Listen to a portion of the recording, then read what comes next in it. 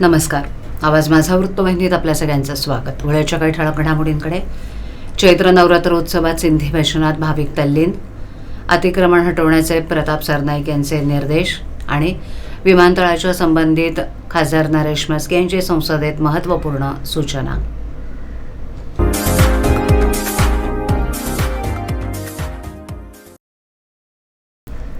जय माता दी, चलो बुलावा आया है, माता ने बुलाया है अशी आर्तसाद घालून मायलेक आणि पितृसंस्कृती जपणाऱ्या विविध हिंदी आणि मराठी भजनांच्या माध्यमातून कोपरीतील चैत्र नवरात्रोत्सवात गुरुवारी रात्री भक्तिमय आणि प्रसन्न वातावरणात माता की चौकी हा सिंधी भजन संध्येचा कार्यक्रम पार पडला. सायंकाळी देवीची साग्रसंगीत महाआरती करण्यात आली. या प्रसंगी लता शिंदे, शिवसेना पदाधिकारी प्रकाश कोटवाने इत्यादींसह शिवसेना पदाधिकारी आणि भाविक उपस्थित होते. ठाणे पूर्वेकडील कोपरी येथील संत तुकाराम महाराज मैदानात मुख्यमंत्री एकनाथ शिंदे यांच्या पुढाकारानं धर्मवीर श्री आनंद दिघे प्रतिष्ठानच्या वतीनं श्री अंबेमा चैत्र नवरात्रोत्सवामध्ये सहस्रचंडी हवनात्मक नवकुंडीय महायज्ञ सुरू आहे. दररोज शेकडोंच्या संख्येनं भाविक इथे दर्शनाचा आणि भंडाऱ्याचा लाभ घेतात. या महायज्ञाच्या 5व्या दिवशी उल्हासनगर येथील कलापथकानं माता की चौकी कार्यक्रम सादर केला. श्री गणरायाचं स्तवन करून प्रारंभ झालेल्या या माता की चौकी भजन संध्येत देवी मातेचा उदो उदोसह शिवशंकर भोलेनाथ तसंच भगवान झुलेलाल यांच्या भजनांना असंख्य भाविकांनी भक्तिभावपूर्ण दाद दिली. सहस्रचंडी हवनात्मक नवकुंडीय महायज्ञानिमित्त मातेचा विशेष दरबार सजवण्यात आला होता. माता की चौकी कार्यक्रमात प्रत्येक भजनावर वातावरण प्रसन्न होऊन भाविकांकडून माता राणीचा जय जयकार केला जात होता. अनेक भाविकांनी तर तल्लीन होत सभामंडपात ठेका धरला. खंडेरायाच्या लग्नाला एकवीरा आई तू डोंगरावरी, लल्लाटी भंडारी, आई भवानी तुझ्या कृपेनं, जयदेवा श्री गणेशा या गीतांनाही भाविकांचा उत्स्फूर्त प्रतिसाद मिळाला. माता राणीचा प्रसाद वाटप करून कार्यक्रमाची सांगता झाली. राज्यभरात परिवहन विभागाच्या जिथे जिथे जमिनी आहेत त्या बहुतेक जमिनींवर अतिक्रमण झाले.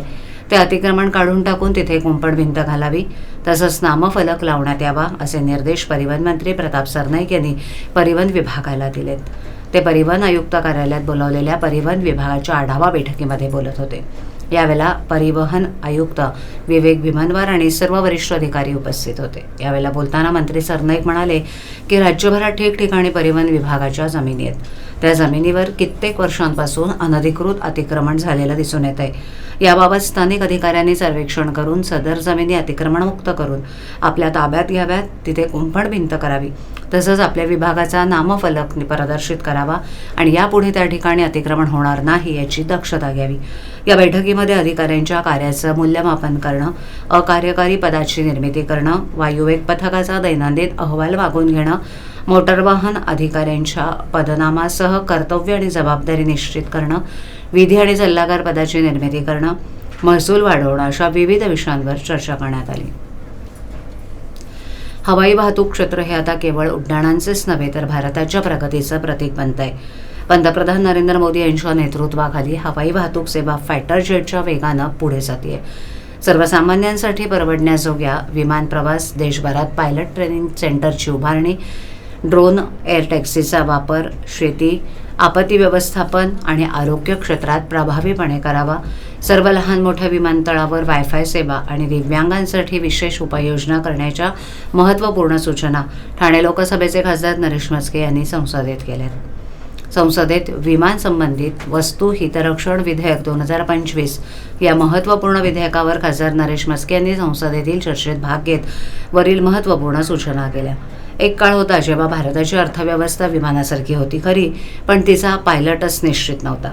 UPA सरकारच्या काळात डॉक्टर मनमोहन सिंग यांच्यासारखी सन्माननीय व्यक्ती पायलट म्हणून होती, पण विमानाचं कंट्रोल राहुल गांधींसारख्या अनुभवहीन व्यक्तीकडे दिलं गेलं. त्यांनी UPA फ्लाईटचं जे अपघाती लँडिंग केलं त्यातून ती फ्लाईट अद्याप टेक ऑफ करू शकलेली नाही. महाराष्ट्रातही उद्धव ठाकरे यांना पायलट बनवण्याचा प्रयत्न केला गेला, पण इथंही ते विमान धावपट्टी सोडून आकाशात उडू शकलं नाही अशी मिश्किल टिप्पणी करत खासदार नरेश म्हस्के यांनी भारताचं विमान नरेंद्र मोदी यांच्यासारख्या कणखर पायलटकडे असल्याचं कौतुक केलं. राममोहन नायडू आणि मुरलीधर मोहोळ या तरुण मंत्र्यांना नागरी उड्डाण मंत्रालयाची जबाबदारी देणं हेच दर्शवतंय की नरेंद्र मोदींचं सरकार हे युवा नेतृत्वावर विश्वास ठेवतं आणि भारताच्या आकाशात नवी पिढी नवसंजीवनी घेऊन येत असल्याचं खासदार नरेश म्हस्के पुढे म्हणाले. ठाण्यातील सीपी तलाव येथील डम्पिंग ग्राउंड स्थलांतराचं काम मोठ्या प्रमाणावर सुरू असून त्या कारणामुळे सीपी तलाव येथील डम्पिंग ग्राउंडमध्ये गेल्या महिनाभरापासून कचरा टाकण्यास बंद करण्यात आलाय. हा कचरा शहरातील वेगवेगळ्या ठिकाणी घंटागाड्यांच्या आणि डंपरच्या वतीनं टाकण्यात येतोय.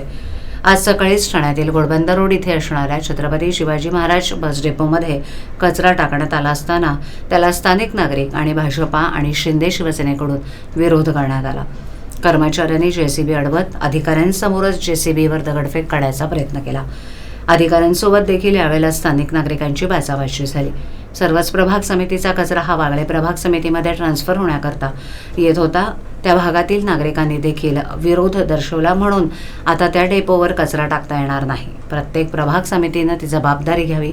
प्रत्येक प्रभाग समितीमध्ये पालिकेनं जागा शोधल्या, ती जागा पालिकेच्या जागेवर निश्चित केली आणि या ठिकाणी देखील पालिकेची जागा ठरवण्यात आली. हा बस डेपो सध्या स्थितीत कार्यरत नाही, ही फक्त टेम्पररी सुरू केलेला आहे असंही यावेळेला ठाणे महापालिकेचे घनकचरा अधिकारी मनीष जोशी म्हणाले.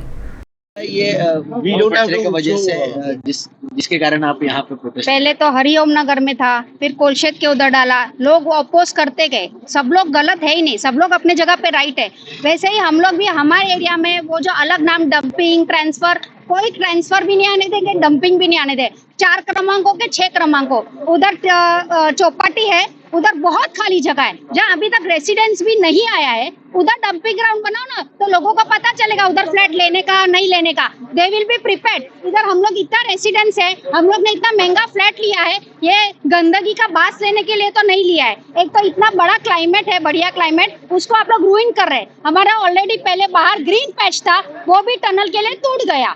तो हमारे उधर ग्रीन कुछ हो ही नहीं रहा है, सिर्फ गंदगी का ही डंपिंग की बात हो रही है. बनाओ ना, गार्डन बनाओ, काय को डंपिंग ग्राउंड.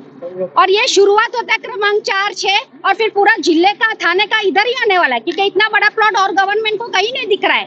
पहले भी क्रेमेटोरियम हमारे एरिया में, डंपिंग ग्राउंड हमारे क्यों, हमारे एरिया क्या भिखारी पट्टी कचरा पट्टी है, डालो ना. बहुत झोपड़पट्टी एरिया उधर डालो, और झोपड़पट्टी वाले भी क्यों सेंड करें, डालो ना, खाली जगह है उधर डालो.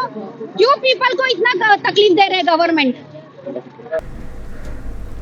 ठाणे महापालिकेच्या मालमत्ता कर विभागानं 42 कोटी 25 लाखाची वसुली फक्त दंडातून मिळवली असून वेळेवर कर भरणाऱ्या ठाणेकरांना पालिकेनं 3 कोटीची सूट दिली आहे.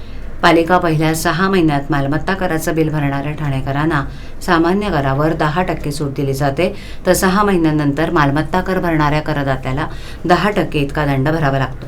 पालिकेचे सुमारे 6.5 लाख करदाते आहेत. त्यांना एप्रिल महिन्यात पालिकेच्या मालमत्ता कर विभागानं देयकं पाठवल्यानंतर 1 एप्रिल ते 15 जून दरम्यान कर भरणाऱ्याला 10%, 16 ते 30 जून दरम्यान कर भरणाऱ्याला 4%, 1 जुलै ते 31 जुलैपर्यंत 3%, 1 ऑगस्ट ते 31 मध्ये 2% सूट दिली जाते. ऑक्टोबरपासून कर भरणाऱ्या करदात्याला मात्र दंड भरावा लागतो. पालिकेच्या कर विभागाला पालिका आयुक्त सौरभराव यांनी 800 कोटींचं उद्दिष्ट दिलं होतं. त्यापेक्षा जास्त म्हणजे 810 कोटी इतकी विक्रमी वसुली या विभागानं केली असून त्यामध्ये दंडाची रक्कम ही 42 कोटी 25 लाख इतकी असल्याची माहिती पालिकेच्या मालमत्ता कर विभागाचे उपायुक्त जी गोदेपूर यांनी दिली. प्रामाणिक करदाते जर वेळेत कर भरतात तर त्यांना सूट मिळते. त्यामुळेच मागील 3 दिवसात पालिकेच्या तिजोरीत 3 कोटींपेक्षा जास्त कर जमा झालाय. ठाणेकर करदात्यांनी वेळेवर कर भरून पालिकेच्या नागरी सुविधा देण्यासाठी हातभार लावावा असं आवाहन पालिका आयुक्त राव यांनी केलंय. पालिकेच्या मालमत्ता कर विभागानं ऑनलाईन मालमत्ता कर विभागाचं देयकं करदात्यांना पाठवण्यास सुरुवात झाली आहे. पालिकेच्या 30% करदात्यांनी मागील वर्षी ऑनलाईन कर भरला होता. यावर्षी देखील हे करदाते वेळेत कर भरून पालिकेला सहकार्य करतील अशी अपेक्षा अतिरिक्त आयुक्त प्रशांत रोडे यांनी व्यक्त केली आहे. महसूल मंत्री चंद्रशेखर बावनकुळे यांच्या हस्ते 4 एप्रिल रोजी सकाळी 9 वाजता दूरदृश्य प्रणालीद्वारे राज्यातील 30 भूप्रमाण केंद्रांचं उद्घाटन संपन्न झालं. तहसील कार्यालयात सुरू असलेल्या सेतू सेवा कार्यालयाच्या धर्तीवर भूमी अभिलेख विभागातील उपाधीक्षक भूमी अभिलेख, ठाणे आणि उपाधीक्षक भूमी अभिलेख शहापूर यांच्या कार्यालयात भूप्रमाण केंद्र कार्यान्वित करण्यात आले. या केंद्रामधून संगणकीकृत मिळकत पत्रिकेवरील फेरफार, सर्व प्रकारचे ऑनलाईन फेरफार अर्ज, ई मोजणी वर्जन 2.0 मधील सर्व मोजणी नकाशे, मिळकतीवरील डिजिटल सही केलेले फेरफार, नोंदवही उतारे आणि ऑनलाईन अर्ज करण्याची सुविधा, तसंच नकाशा आणि स्कॅन अभिलेख याच्या डिजिटल सही केलेल्या नकला वाजवी दरात जनतेसाठी उपलब्ध करून देण्यात आल्यात. यापूर्वी विविध प्रकारच्या नकला मिळण्यासाठी नागरिकांना छापील अर्ज करून कार्यालयाच्या वारंवार चक्कर मारावं लागत होते. तसंच खाजगी संस्थांकडून ऑनलाईन अर्ज प्रक्रियेसाठी नागरिकांची आर्थिक पिळवणूक होत होती. भूप्रमाण केंद्राच्या स्थापनेमुळे ही प्रक्रिया पारदर्शक आणि सुलभ झाली असून नागरिकांना वेळेत आणि वाजवी दरात सेवा मिळाल्यामुळे प्रशासनातील विलंब कमी होऊन लोकाभिमुखतेला चालना मिळाली आहे. राज्यातील 29 भूप्रमाण केंद्रांचं एकत्रित उद्घाटन महसूल मंत्री चंद्रशेखर बावनकुळे यांच्या हस्ते पार पडलं असून यामुळे भूमी अभिलेख खात्याचे कार्य अधिक लोकाभिमुख बनलं आहे. नमस्कार. आज माननीय महसूल मंत्री यांच्या हस्ते व्हर्च्युअली राज्यातील 30 भूप्रमाण केंद्राचं उद्घाटन झालेलं आहे. त्यामध्ये ठाणे जिल्ह्यातील ठाणे तालुका आणि शहापूर तालुक्यामध्ये भूप्रमाण केंद्राचं उद्घाटन झालेलं आहे. भूप्रमाण केंद्र म्हणजे सेतूच्या धर्तीवर भूमी अभिलेख विभागातील जे अभिलेख आहेत, मुळामध्ये हे हा विभागच आहे जो अभिलेख जतन करतो, संधारण करतो आणि तयार करतो. ते जनतेला सुलभतेनं आणि तात्काळ उपलब्ध व्हावं यासाठी मुळात जे आमची वेबसाईट आहे ती ऑलरेडी अपडेटेड आहे, त्याच्यावर बरंचसं रेकॉर्ड आहे. पण काही लोकांना जर इथल्या इथं लगेच नकला हव्या असतील, आपल्या रेकॉर्डबद्दल काही माहिती घ्यायची असेल, तर शासनानं ठरवलेल्या या माफक दरात ही सेवा ह्या भूप्रमाण केंद्रात मिळू शकेल. जसं काही मोजणीचे अर्ज करायचे आहेत, वारस नोंदीचे अर्ज करायचे आहेत, खरेदीच्या नोंदीचे अर्ज करायचे आहेत, ते बरेचशा वेळेस जनतेला माहीत नसतं. तर असे लोक इथं येऊन माफक दरात त्यांचा इथं अर्ज करू शकतात आणि त्यानंतर ही प्रोसेस चालू होईल.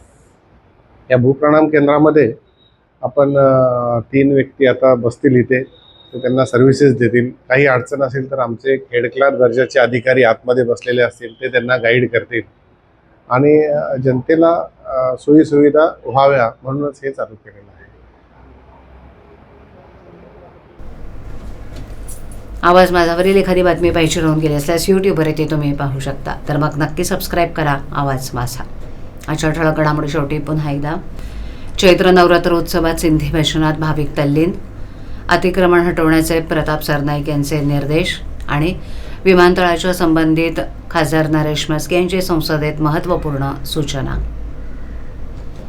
आपल्या विभागातील काही सूचना अथवा समस्या असल्यास त्या आमच्यापर्यंत जरूर पोहोचवा. आम्ही तुमचा आवाज नागरिकांपर्यंत नक्की पोहोचवू. आम्हाला संपर्क करण्यासाठी आमचा पत्ता आवाज माझा 103 सायलेक आदर्शनगर कोलबाड रोड ठाणे पश्चिम. आमचा दूरध्वनी क्रमांक 7666613141. आमचा ईमेल ID awazmaza.tvnews@gmail.com. तर पुन्हा भेटू याच वेळी याच ठिकाणी काही नवीन घडामोडींसह आवाज माझा वृत्तवाहिनी. तोपर्यंत नमस्कार.